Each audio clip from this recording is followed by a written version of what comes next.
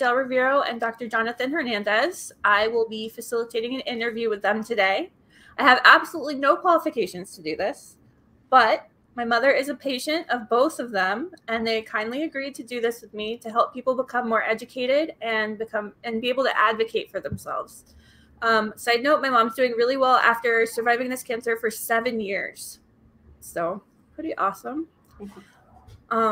So do me a favor and in the comments drop where you're from and just say hi, and just so we know that we're live and this is working, just to make sure. The questions today come from patients with adrenocortical carcinoma. This interview is meant to be an educational resource for patients and caregivers, but this is not medical advice. Please direct questions relating to your situation to your medical provider. It's also meant to introduce patients to how studies involving ACC are done at the National Institutes of Health in Bethesda, Maryland. Oh, hi, everybody. Oh, awesome. Okay, this is good. I'm glad we're live. All right. So we will also try to get to your questions in the chat towards the end, but we have a pretty robust list of questions that I've been collecting over the last few weeks from you guys. So this is it. We might fill up the time, but we'll take questions if we can. And before we get to the questions, I want to introduce our interviewees. I'll start with Dr. Del Rivero on the left here.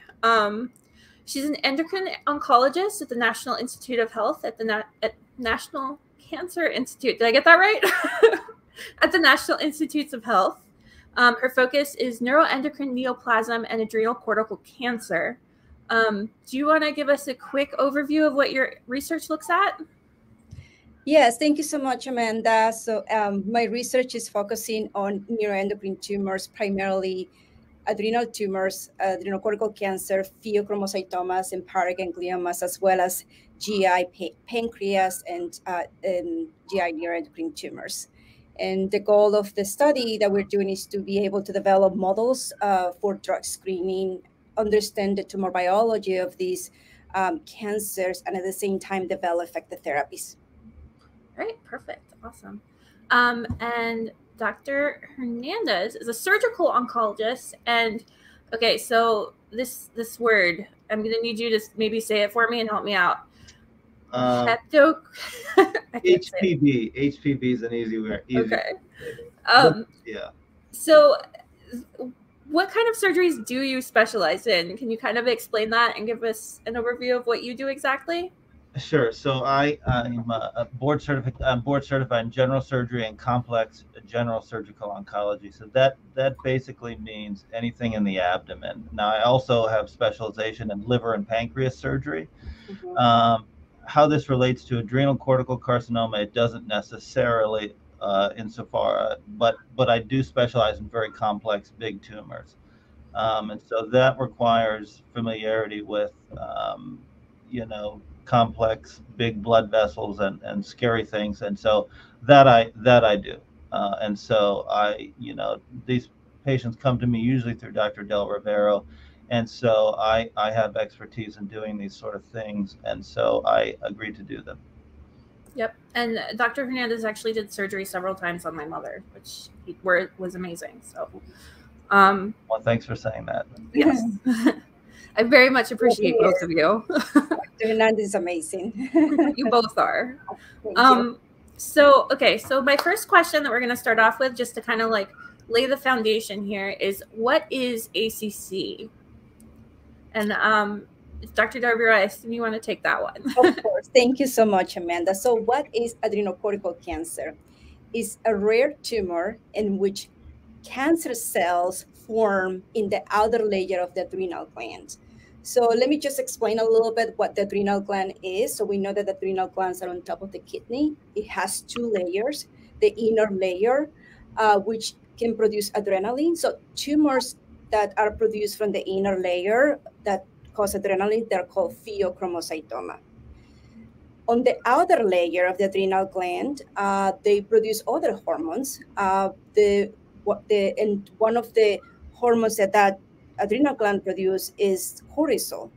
cortisol is considered a stress hormone, and cortisol is also able to increase the blood glucose in the circulation.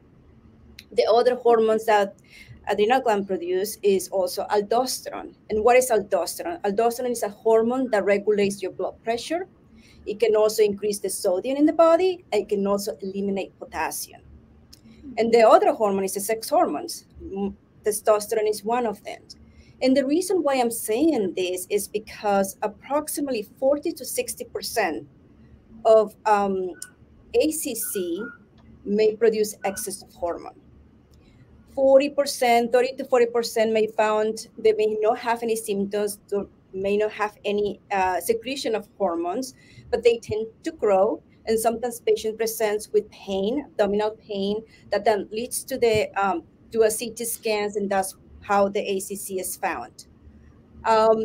In children, it's different. So in children, approximately 80 to 95% of the ACC produces androgens, and sometimes can produce cortisol, but not cortisol by itself. So you can see that there is a little bit of the difference in terms of how often this ACC produce, whether it's children with ACC or an adult with ACC. But I think it's important to recognize that what hormones produce, how they present, because depending on what hormones they produce, they may have a very specific clinical presentation. I think that was a long answer. That was a good answer. That was good. That was nice and detailed. Perfect. I actually just learned a few things that I didn't know, so that's awesome. So kind of piggybacking on that, Dr. Hernandez, what is usually the recommended surgery for ACC? What would that be like? So it depends if you're talking about a primary tumor or a metastatic tumor or metastatic tumors, but the principles are the same. I think these ought to be thought of as sarcomas. And in sarcoma surgery, you stay away from the tumor. You have to take out a bunch of normal tissue around that tumor so you don't spill anything. And I think people have gotten into trouble. Surgery has had this interesting sort of evolution recently where we try and do things through smaller and smaller holes. And so that we try and tell people that this is done for increased postoperative recovery and these other sort of reasons. And that may or may not be true, but it's very important you not compromise on margins. And you probably should stay as far away from this tumor as you can. I usually tell the residents, listen, people can live a very long time with one kidney, one lung, 20% of their liver, almost no colon. But that same is not true when the tumor comes back. So we don't want to compromise. And I think that's the bottom line. Okay. And can I ask a question? Dr. Hernandez, I was wondering if you could explain what that means by an R0 resection. And what is important in ACC? So the R, you can either have an R0, an R1, or an R2. An R2 would mean that somebody has left gross tumor behind. You would never really want to do this on purpose. And so an R0 means all of the microscopic margins are negative. So when a block of tissue comes out of somebody, the pathologist inks the area all around the tumor and then microscopically cuts these areas and examines them for tumor. And so you're looking microscopically. And if that margin is positive, that's called an R1. No gross tumor, but the tumor cells extended to the edge of the resection. Now, sometimes you can't help it. For example, if tumor's on bone, there's only so much you can do. For example, you can't take out someone's spine, right? You just can't do that to somebody. But so there's differences in margins, but basically an R1 is a microscope. The cells came up all the way to the margin of whatever you cut out. And R0 would be if the cells did not come. You had some distance away. Okay. I also learned that. You want to have an R0 resection. You don't want to be close. It's easier said than done in certain circumstances. But by my estimation, you should go as far away as you can with this, because ACC is one of these tumors that tends to come back. People tend to spill them, and they come back sort of in a way that lends one to believe. And I should clarify, I almost never see people with primary adrenocortical carcinoma. I don't see them during that initial time. I almost always see people who have recurrence. And a lot of times it's along that surgery bed, along the diaphragms, down in the back of the, in the sort of back as you can imagine it. Or it's spilled a little bit and there's peritoneal nodules. These are things I see commonly. And I don't think these are primary modes of spread for this type of tumor. I think it happens as a result of not wanting to get super aggressive and take out a bunch of stuff on people. Okay. Not always. I should clarify. I'm not blaming anyone for doing a bad job. It's just the way this tumor behaves in a way that, tends to do this. And so you got to be really careful and take out extra stuff if you have to. Yeah, makes sense. Okay. So kind of on the note of like recurrence, Yep. KI67, what is that and how does it relate to your chance of recurrence? And I'll let Dr. Del Rivero. Yes, and I'll be happy to answer that question. But just I was seeing some of the questions in the chat, so I just wanted to also clarify that the adrenal gland produces 3 hormones: cortisol, aldosterone, testosterone, or sex hormones. And most commonly in adults, cortisol is the most common that is produced in ACC, followed by testosterone, rarely aldosterone. But now going back to the question about the Ki67, so what is Ki67? It's a marker of cell proliferation. When we look under the microscope, that's what Ki67 is. Now, it's true that the higher the Ki67, the higher the risk of recurrence, and that's something that we know. Now, there are different numbers of Ki67. So if the Ki67 is less than 10%, so this is a low-grade ACC. If it's 10 to 19%, that means that it's intermediate-grade ACC. And if it's greater than 20%, it's a high-grade ACC.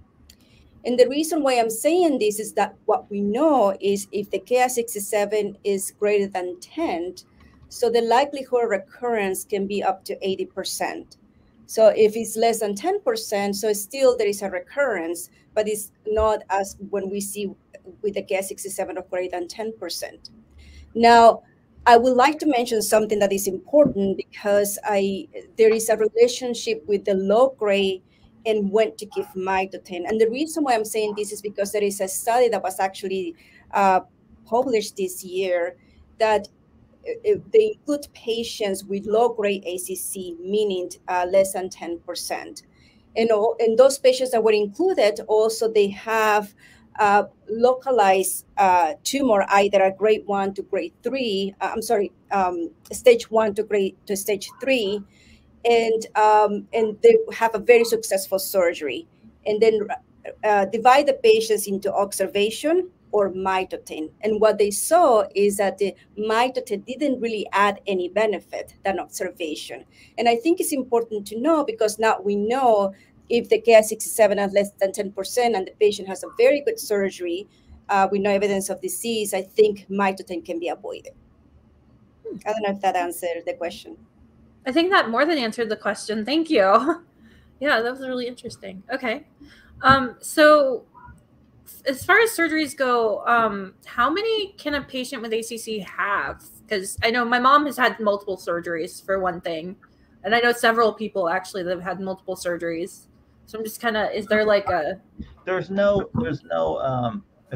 excellent question. There's no set number, but every time you have something done in an area, it gets harder and harder to go back. Now, I firmly believe that's not a reason you shouldn't do it, but also the safety of the operation, the ease at which it can be done, and the safety are sort of, it gets harder each time, and then it depends on where the recurrences are. But there's no set number. And if we've done this where we've looked at people who've lived a very long time, like your mother has, Mm-hmm. and those patients tend to have undergone multiple operations. Now, I wish I could say that surgery was responsible for getting them there. It's unclear whether that's an association, simply an association.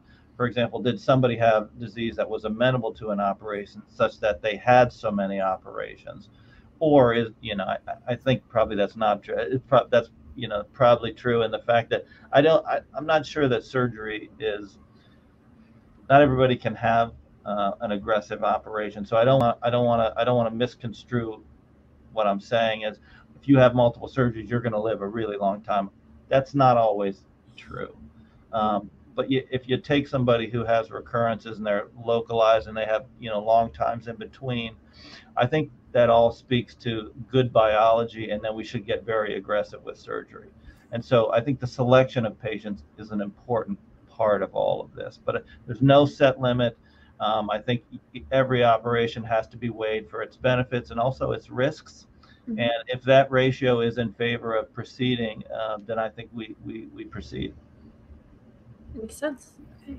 So case by case basis, like most things. Absolutely, a case by case. Yeah. Yeah. Okay. All right. That makes sense.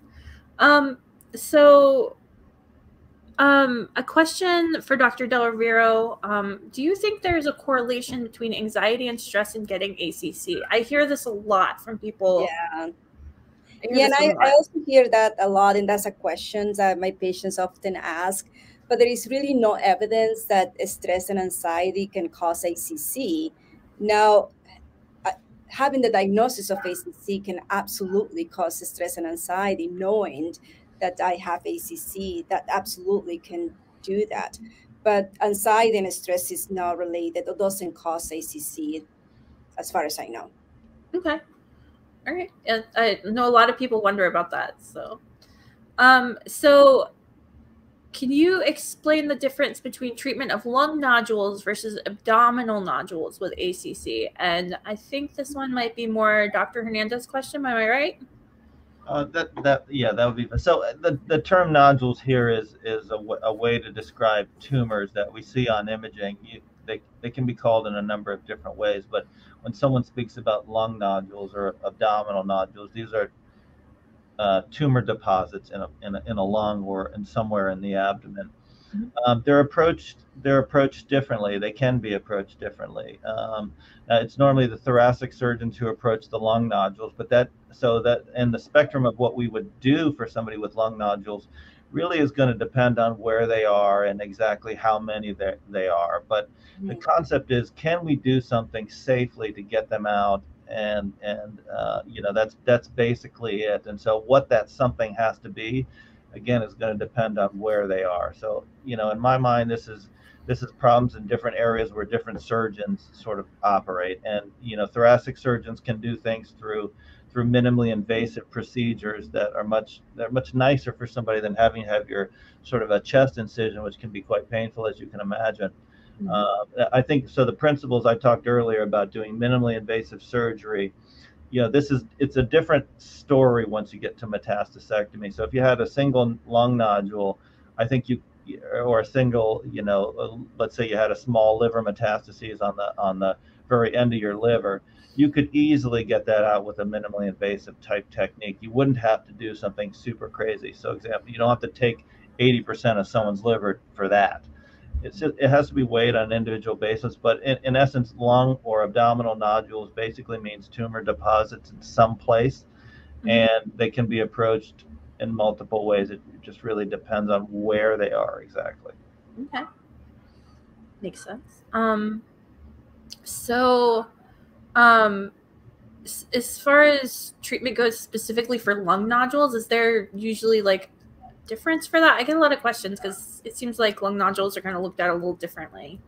Yeah. So lung nodules, so if you look at just people with various CTs for various reasons, you can see small, less than a centimeter lung nodules in people, and they may not mean anything. Mm-hmm. So in one way, if you have something really small, it's hard to know what that is. It's really hard to know. And so some people, now the way we do this is, are they new? Are they growing? If they're stable, we kind of, sort of watch them. It's just hard to know with these very small things sometimes. But it really is going to be a case-by-case basis on how and when you decide to do anything. And it's going to depend on the number, the location, and a number of performance status issues for the patient. It really, I can't really answer that globally. I don't think. Yeah, that's totally understandable too. Yeah, because everybody's different, so that makes Everybody's sense. a little bit different. Yeah, absolutely. Yeah, and can I make a comment about lung nodules? I mean, one thing is that ACC can present different.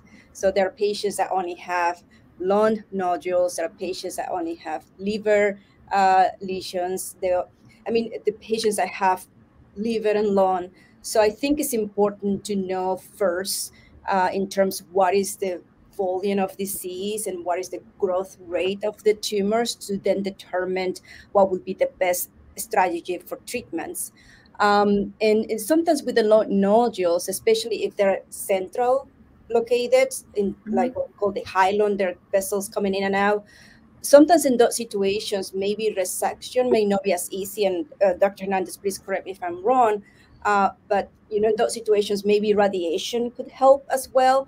But I think there is always an option, like Dr. Hernandez said, to do lung resection of metastasis in the lungs, especially if there is no other signs of disease. But as you know, Dr. Hernandez may also agree that sometimes what we do is resect anything that is in the abdomen, and sometimes we resect what is in the lung. I don't know. What do you think, Dr. Hernandez? Yeah, I think you have to, individualize this heavily. Right. There are advantages to having lesions in the abdomen and lesions in the liver, for example. The liver is an organ that can regenerate. It can hypertrophy. So if I cut off, half of your liver, the half I leave behind is going to get bigger and stronger and compensate.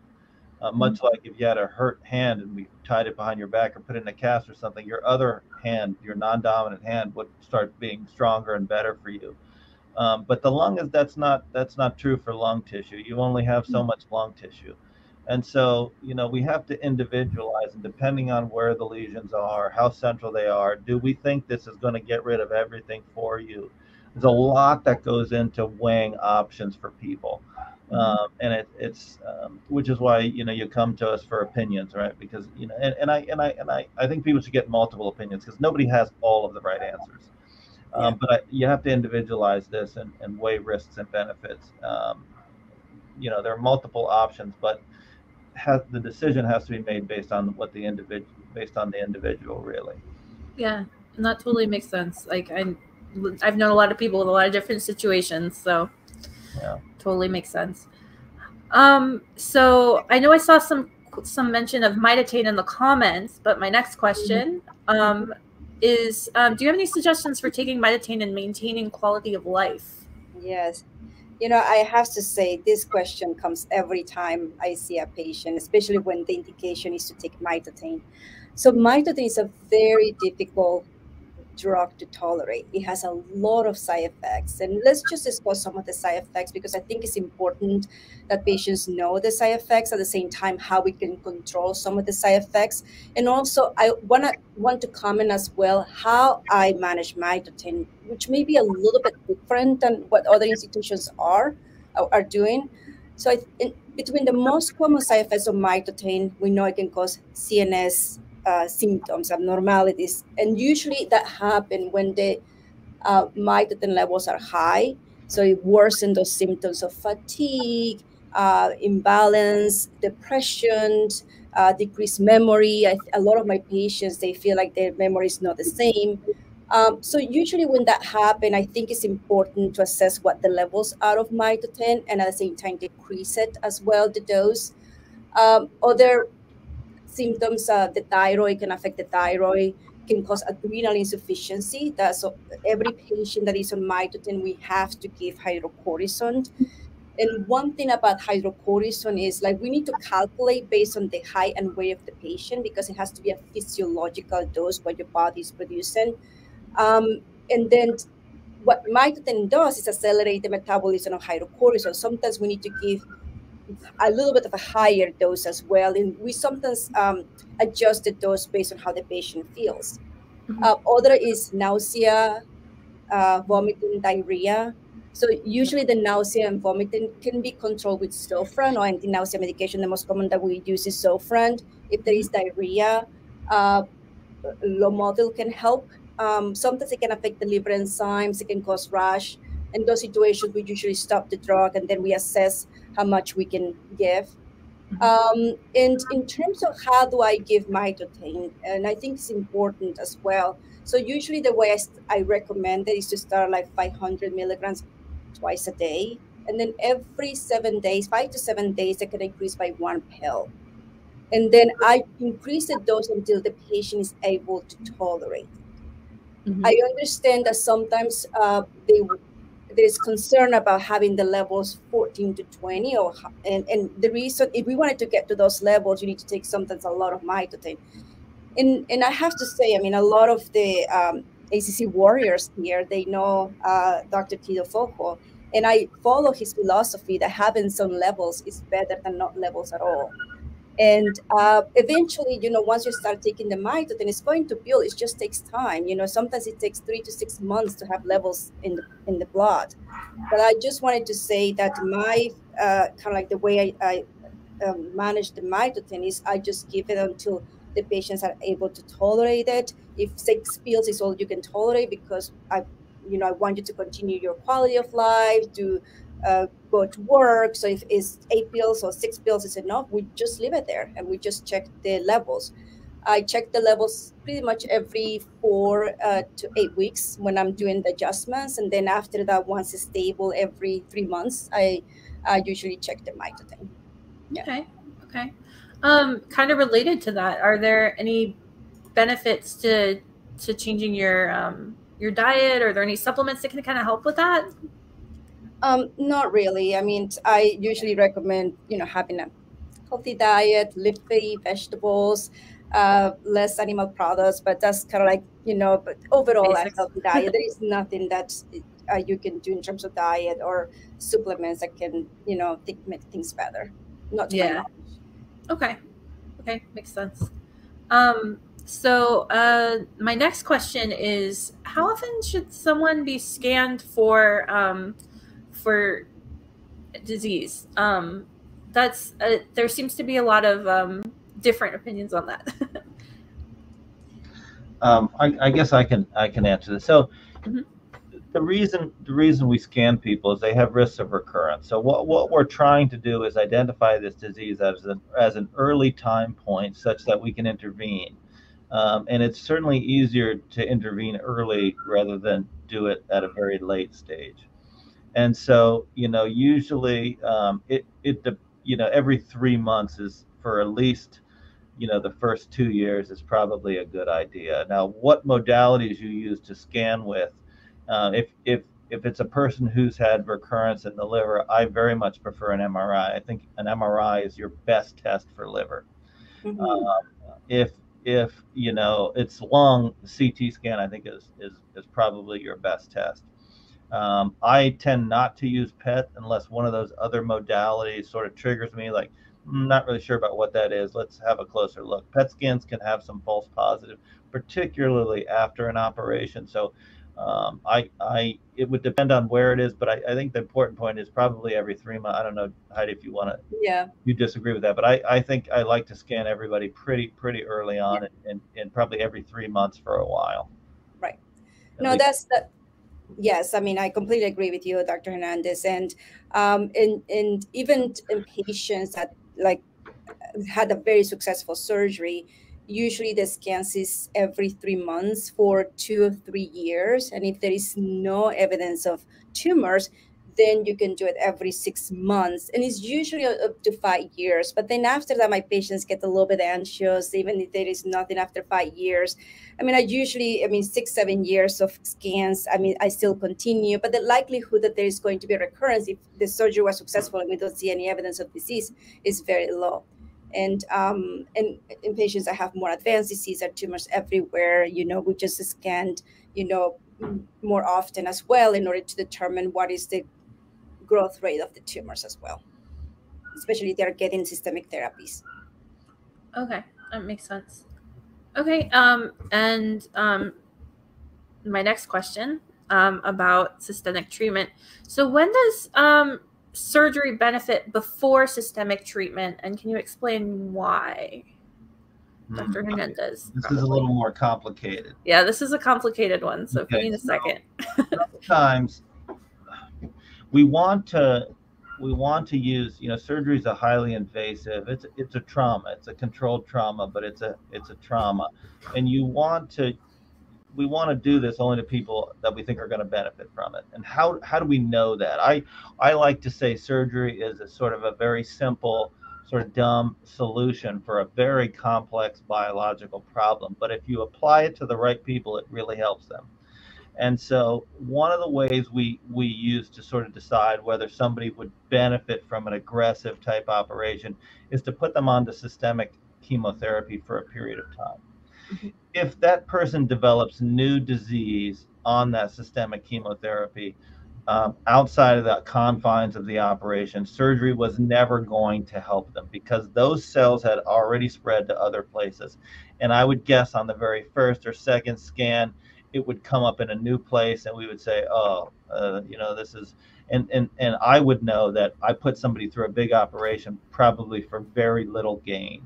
And so one of the ways we do this is if somebody if we're not sure if this is a really aggressive thing to do, one of the ways we can help us decide is give a patient chemotherapy. And if their tumors respond, they don't develop anything new, maybe that's the person we want to put through a very traumatic thing like a big crazy operation. I'm certainly not withholding surgery. I just don't want to do it for somebody who I think is unlikely to benefit from it. And so sometimes we use systemic therapy in that way to sort of help us figure out who's who. That makes sense. Okay. So question about HIPEC, HIPEC. I'm not too familiar with this. I know my mom was like thinking about it at one point, but what is it and when is it indicated? It stands for heated intraperitoneal chemotherapy, basically. Mm-hmm. And so what happens is it's a way to treat tumors that have spread to the lining. If I were to open somebody up, and put my hands in, all the areas I would touch would be the lining of organs and the lining of the abdominal wall, if you can imagine that. Mm-hmm. Now, the adrenal gland would be very high up above your kidneys, sort of in the back area. But the cells can spread, and if somebody spills a tumor or whatever, and they can form little deposits all over the linings of the abdominal wall and things. And so the concept is, okay, can we dump a bunch of chemotherapy heated into someone's abdomen and sort of treat those tumors? The answer is no, but when you couple it with cutting out all of that stuff, so then what is it doing if you're cutting it out? Well, it's treating the small little cells that you left behind because clearly somebody has spilled this. It's like cleaning up a terrible mess, right? You can I'm not very good at cleaning up stuff. I'm good at making mess, but I'm not very good at cleaning up. So if you spill a bunch of stuff, how do you get it all up off the carpet or whatever? It's very hard. But so the concept is, can we give chemotherapy into someone's abdomen to sort of help clean up that cells we can't see? Does it work? Is it indicated? Hard to know. Dr. Del Rivero, I don't know about your opinion about this. We don't have any hard evidence that says it works. So I think it has to be, you'd probably want to do this on a trial to sort of sort this out. I don't. You have stronger feelings about whether you think this works or not, Dr. Del Rivero. I don't know. I don't know. I think the most important thing is to get a good cytoreduction, get it all out. Whether the added chemotherapy is worth it, I don't know. I don't think we know as a community. But Dr. Del Rivero, you can certainly weigh in. Yes, I mean, I do agree with you in that aspect. I think, we still don't know. I mean, if there was a study, as you know, but there were not that many patients, including the study. It's hard to determine what exactly is the benefit. That being said, I do have a couple of patients that had, received HIPEC after a very extensive cytoreductive surgery, and my patients are doing well. So it's hard to say. I think we need more data to really determine, what is the efficacy of doing that. But I do agree with Dr. Hernandez's comment. Okay, so there's still more work to be done in that area, I guess, then. Okay, that makes sense. All right. So this one is for Dr. Del Rivero. how much is known about the genetic risk of ACC, and should children of ACC patients be tested or scanned regularly? Yeah, so that's a very good question, and every patient that I see with ACC, I do recommend to see a genetic counselor. Now, pediatric ACC, all of them, they need to get germline testing, all of them. Adult ACC, I usually rely on my genetic counselor to determine if there is a germline testing that needs to be done and what genes needs to be tested. And she usually makes that decision based on the clinical presentation, on the family history, to determine what needs to be done. Now, and the reason why all pediatric ACC needs to be tested is because approximately, depending on where you look at, but 40 to 80% of pediatric ACC may be associated with Lufra-Mini syndrome. Now, Lufra-Mini syndrome is called a cancer predisposition syndrome. So that means that there is other cancers associated with Lufra-Mini syndrome, such as breast cancer, leukemia, lymphoma, brain cancer, but it's also in pediatric ACC. That's one of the most common genes that we see. In adult, it's not that common to see Lufra-Mini syndrome. It's about 1 to 2%. The other cancer predisposition syndromes associated with ACC is multiple endocrine neoplasia type 1. But again, they have other clinical presentations. They have pituitary tumors, parathyroid tumors, which regulate the calcium in the body. They have pancreas neuroendocrine tumors, and approximately 1 to 2% may be associated with ACC.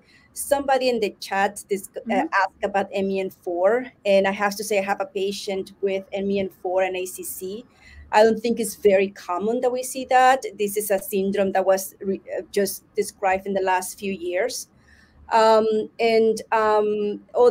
cancer predisposition syndrome is Lynch syndrome. But Lynch syndrome is also associated with colon cancer, endometrial, ovarian, pancreatic cancer.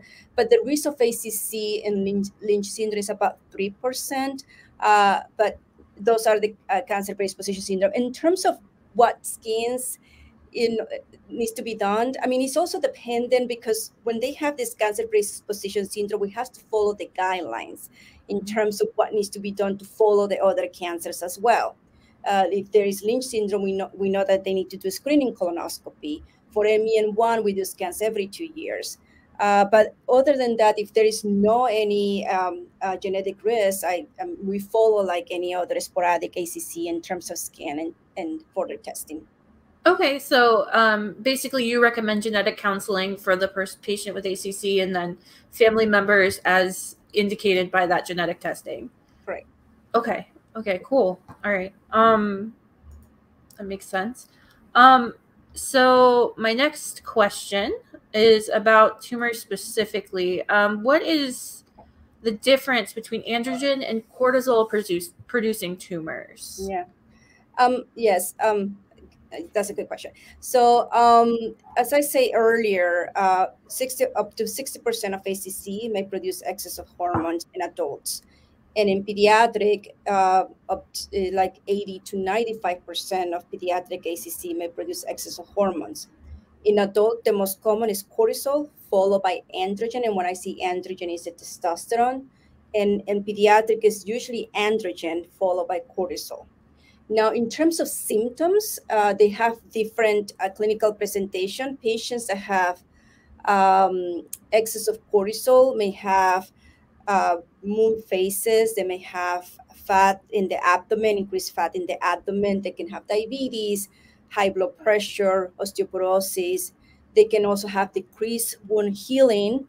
And that's one of the things that Dr. Hernandez always asks me, is her cortisol is all blocked, because especially for surgery, we need to make sure that the cortisol is well blocked prior going to surgery, because the excess of cortisol can decrease healing as well. In terms of the androgens, in pediatrics, they cause what we call precocious puberty, accelerated growth, acne. That's due to the excess of testosterone. In adult, the most common symptoms that we see is in female, menstrual irregularities. In male, we see the baldness, and also they have an increased muscle mass as well because of the excess of testosterone. But yes, based on what hormone they produce, they have seen a different symptomatology. Now, when they have excess of hormone, especially in the advanced setting, metastatic setting, we need to do something to block the excess of hormones. And there are medications to do that. Sometimes Mitotane is not enough.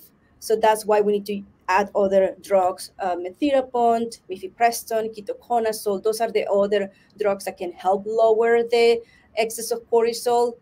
In terms of excess of androgen, when it's very elevated, sometimes we use a drug that is used in prostate cancer. It's called enzalutamide, and that helps us to decrease the testosterone level. Because they can have these symptoms, and because these symptoms, we also need to do something to help control the excess of symptoms. Okay. So that leads to the next question. Can you do surgery to help with excess hormone? Is that something that can be done, Dr. Hernandez? Yes. Okay. It can be done. I mean, it would depend on, the surgical questions would still be the same, except with the caveat that if somebody had a very high cortisol level, you think their ability to tolerate an operation may be slightly compromised because they may not heal well. So these risks and benefits have to be weighed, on an individual basis. But can you cut out tumors that make hormones? Absolutely. Okay. Makes sense. Okay, and then my next question is, can you explain the stages of cancer specifically in relation to ACC? Yes. And I saw a few comments in the chat of patients saying I'm a stage 1 or stage 3. So yes, so in terms of staging for ACC, stage 1 is when the tumor is less than 5 centimeters in size. Stage 2 is when the tumor is greater than stage 1 less than 5 centimeters, stage 2 greater than 5 centimeters. Stage 3 is when the tumor is outside of the adrenal gland, but it's still localized in the nearby area. It can affect lymph nodes. It can also form clots in the vena cava. That's one of the largest vessels, as well as the renal vein as well. They can form clots there, and that's stage 3. Stage 4 is when it's already in other areas. Most common is lung, liver, and bone. Does that answer the question? I don't know, Dr. Hernandez, anything? I know surgeons are very good with staging. Yeah, again, I mostly see people with stage 4 disease. So I don't think I've seen somebody with an early, no, that's not true. Maybe one or two that you sent me, but I mostly see patients with stage 4 disease. Okay. Yeah. My mom has had stage 4, I believe, multiple times. So, yeah. Yeah, she did. She did. I thought so. Okay. So then if the ACC is metastatic, can the patient still benefit from surgery? I think you kind of already answered this, but maybe do you have anything you want to expand on about that? Yeah, I think the answer is absolutely. The question is which patients with metastatic disease benefit from surgery. I think that's probably the bigger question. And again, I hate to keep saying the same thing, but it has to be weighed on a sort of individual basis. I would say that the most difficult area and we think that the tumors that grow the fastest tends to be the ones that spread to the liver. And so I think controlling the liver disease is really an important thing to be able to do to expand people's life out as long as possible. And so we haven't started this yet, but I'm going to adapt a therapy we use for other cancers to patients with metastases to the liver from adrenocortical carcinoma. We put in a special hepatic artery infusion pump, and we put this special chemo straight into their liver. It allows you to give really high levels of chemotherapy that you could never give to a whole person. It would be too toxic. It's done for primary tumors of the liver, like cholangiocarcinoma, bile duct cancers. It's done for when colon cancer spreads to the liver. I think it's going to work very well for properly selected people with adrenocortical carcinoma. And so we probably will open that, I don't know, probably in the next 4 to 6 months here. Oh, okay, so pretty quickly. Okay. Yeah, so I think it's going to help people, so I want to do it. And so, this would be combined with some liver-directed surgery. So, you have a bunch, I can maybe cut them out or burn them all on one side. And the concept would be, can we treat the whole liver long enough such that on the one side we cleared, nothing ever grew back. We could then take you back and cut out the other part of your liver, and then you've got no tumors left. We do that for people with metastatic colon cancer. I think we can apply the same thing to patients with adrenocortical carcinoma. Okay. But yeah, I think you got to select people properly. A lot of patients have disease in multiple areas, and we certainly understand that. A lot of times the lung lesions are pretty indolent. They don't really change very much. And so, and so if the liver's changing fast, we want to address that liver because that's going to keep you alive. So that's sort of the concept here. Okay. Yes, as a general statement, metastasectomy, cutting out tumors that have spread, is definitely indicated. It's just a question of who benefits most. Okay, makes sense. Okay, so I guess this is we've kind of skirted around this, but immunotherapy and EDP, is there a difference in indications of when to use those? Okay. Yeah, that's a very good question. So when to use EDP?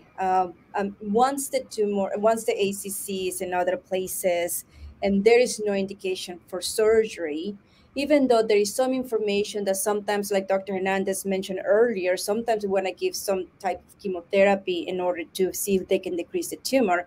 And if that's the case, we usually choose EDP from that in that sense. Also, sometimes there is a study, I think I mentioned earlier about the low-grade ACC. Did Amanda left? Oh, I think it was Dr. Hernandez. Oh, okay.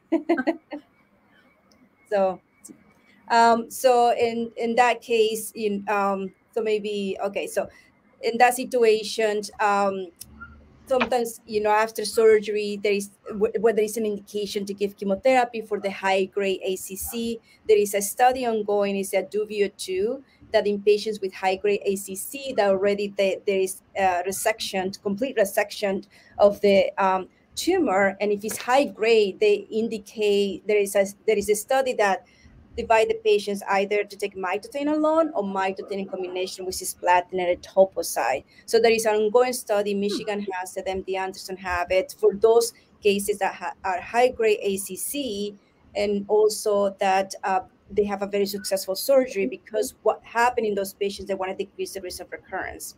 Mm-hmm. Now, once the ACC is in other places and there is no indication for surgery, my first line is usually EDP. And that's what I use as a first line. The second chemotherapy that I use is streptozotocin. A lot of the oncologists, they say streptozotocin is such an old drug that sometimes, they prefer maybe immunotherapy. So I think immunotherapy can definitely help some patients with ACC. A lot of the times that I tell my patients, like, every ACC is different. They have different clinical presentation, and we have seen some very good responses to different treatments. And we're trying to analyze as well. One of the questions that I have here is like why patient responds very well to some treatments and others do not. But that's something that we're trying to investigate. I still don't have the answer to that. But immunotherapy is a good option. That's pembrolizumab. What immunotherapy does is stimulates your immune system in order to kill the cancer cell. And the immunotherapy that we use for ACC is pembrolizumab. And the reason why we use pembrolizumab is because there is a study that came from Memorial Sloan. Dr. Diana Reedy did that study of the benefits of pembrolizumab. In terms of response rate, meaning the ability to shrink the tumors, is not different than EDP, is the same. Immunotherapy seems, some patients say they tolerate better, some patients that say they have side effects, like the thyroid that doesn't, they don't produce any more hormones, and they have different adverse events or side effects related to immunotherapy.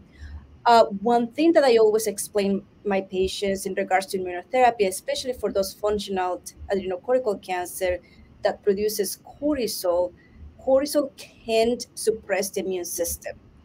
And in that situation, immunotherapy doesn't work as well. So if we wanted to try immunotherapy in those situations, what I usually discuss with the oncologists is that we need to give something to control the excess of cortisol. Whether we need to add other drugs like ketoconazole, methylprednisolone, mifepristone, we have to do something to decrease the levels of cortisol if we wanted to use immunotherapy. In the meantime, what we're doing that we can use is streptozotocin, we can use other drugs. Another one that is used in ACC is cabozantinib. That is a medication that blocks the blood supply to the tumor. That has been used as well in ACC. Not as high a response as other treatments.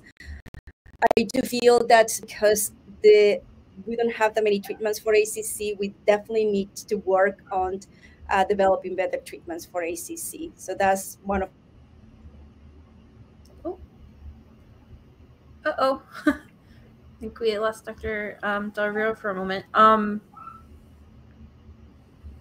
We'll give her 1 second. But Dr. Hernandez, actually, I'd like to ask you a question. Sure. Oh, while we're waiting for her to come back. What's it like to be in one of your studies? Like, how does that work for your department specifically? So if you enroll on a, well, do you want me to let Dr. Del Rio finish? Yeah, let's let Dr. Del Rio finish real quick, and then we'll. I think that was, I don't know. I think that was pretty much it. I think you were saying that is what you were working on. Oh yes, yes. Yes. So. And Dr. Hernandez as well. Yeah. So my next question was for both of you, but I since I started with Dr. Hernandez, what's it like to be in one of your studies? Was my question. I hope it's a good time, at least. No, I hope we take good care of. So I mean, we have a fairly sizable team that helps coordinate everything, and I like,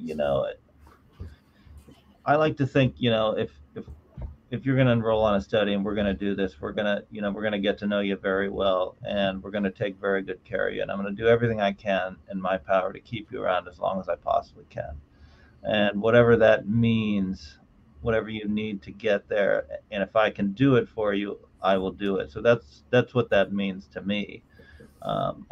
Maybe it's better to ask one of the patients. I can't see who's on this. I'm sure there are at least 1 or 2 people on this. There are definitely a few of your patients on here. They let me know, and they're like, "Oh, he's my doctor. That's my surgeon." So, yeah. Okay. I can attest to the excellent care that both Dr. Del Rio and Dr. Hernandez provide, because they took really good care of my mom. I can say that. It's different than other hospitals. It's a very specialized care here. This whole institution is powered to built around patients and studies. It's not like something we do on the side. It's not. This is all we do. This is the only thing this institution does. And patients don't like to go other places after they come here. I wish I could say that's because of me or Dr. Del Rivero, but it's an institutional thing. It's a team thing, and we take very good care of people. I think that's part of the reason we're here. Yeah, very true. Dr. Dover, do you have anything to say about like being in one of your studies and what that's like? Yes, I mean, I completely agree with Dr. Hernandez. I mean, our priority is patient care, and as Dr. Hernandez said, deliver the best quality of care and improve the lives of patients as well. All patients are seen at the NIH. They need to be part of a study or a protocol. I do have a natural history study for adrenocortical cancer, pediatric and adult. I mean, I'm an adult oncologist, but I see the pediatric with the pediatric oncologist here at the NIH. And the idea to have this natural history study is a longitudinal study. It's allowed me to understand more about the biology of ACC. Whenever I have a patient, I refer her to Dr. Hernandez. Something that I want to say, I think NIH do specialize in these tumor types. I think, having Dr. Hernandez, Dr. Woods, they're phenomenals in terms of addressing, ACC. They have a lot of experience. We have our thoracic surgeons as well, Dr. Huang, Dr. Carr, who are phenomenal surgeons who are able to also go above and beyond for patients. But the idea of the study of natural history study of ACC is to be able to understand more about the biology, collect clinical information, do molecular analysis, in order to understand more about, biology of the disease, prognosis as well, and also to do studies with some of the tissues as well. I mean, Dr. Hernandez will testify for that because he has all these, devices to do different testing. And for me is to be able to develop models. That way we're able to screen with different drugs and be able to develop better therapies for ACC. At the end of the day is to be able to develop more therapies, better therapies, and I hope one day cure. Thank you. Well, we're coming to the end of our time, and I want to make sure that you guys have if you have any like final comments you want to make or anything like that, that you get to do that. Do you guys have anything you want to end on? Dr. Del Rivero, you look like you have something. Well, I just wanted to say, first, thank you so much for everyone who was here with us in this hour. I truly appreciate it. And I think the one say that I want to say to the audience is that you're not alone on this. We're fighting with you. I understand having this diagnosis can be quite frustrated at times, and sometimes you feel that the system has failed you. But we are here for you. We're fighting for you, and I'm hopeful. I mean, together with Dr. Hernandez, who is, besides being a phenomenal surgeon and physician, he's a phenomenal scientist. And I know that working with him and working with others here at the NIH, I'm really hopeful that we can, help more patients with ACC.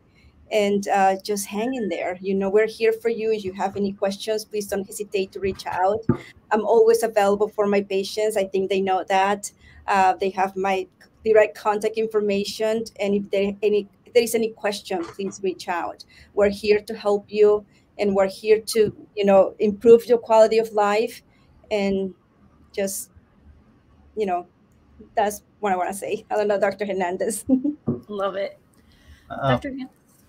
Yeah, aside from the purely technical aspects that I sort of do for patients with this disease, I do want you to know I think a lot about out-of-the-box solutions for this, and one of the ways we're doing this is I figured out ways to keep tumors alive outside of people, and I hope ACC has been a more difficult one for me to do, but I have some workarounds that I'm about to implement. And so I think we're going to get about a 4 to 5 day window where we can test various agents on tumors that are viable and alive outside of people. And so doing that in this way keeps the immune microenvironment and everything is the same as it was in the person. It's a huge way. I think it's a totally different avenue to look at things. And I think, the reason some of these early drugs and clinical trials, they don't actually work is because we don't really have good ways to test them before we give them to people. And so I want to be, for all the surgeries I do, we certainly have access to the tumor. And so being able to keep that tumor viable, you can see where I want to go with this. I want to be able to test various drugs. And if the drugs work, I want to be able to give it back to you if your tumor comes back. That's where I want to go with this. It's going to take us time. But I have decided that we as a program are going to spend some resources to get us there. We've already spent a lot of resources in other diseases, but I'm going to spend some in adrenocortical carcinoma because I like the patients, I like the patient population. I think we do a good job with this disease, and I don't think there are enough drugs available to people who've got bad problems. So we're going to spend the resources to get there. Yeah. Thank you so much, guys. You have no idea how much I appreciate you guys, not only for doing this, but also for what you've done for me and my family. So thank you so much. I hope you all have a wonderful night. And everyone that's watching, thank you so much for coming by and listening. And take care. Stay in the group. We'll help each other out there. So, all right. Thank you, man. Thanks for this opportunity. Thank you. Thank you.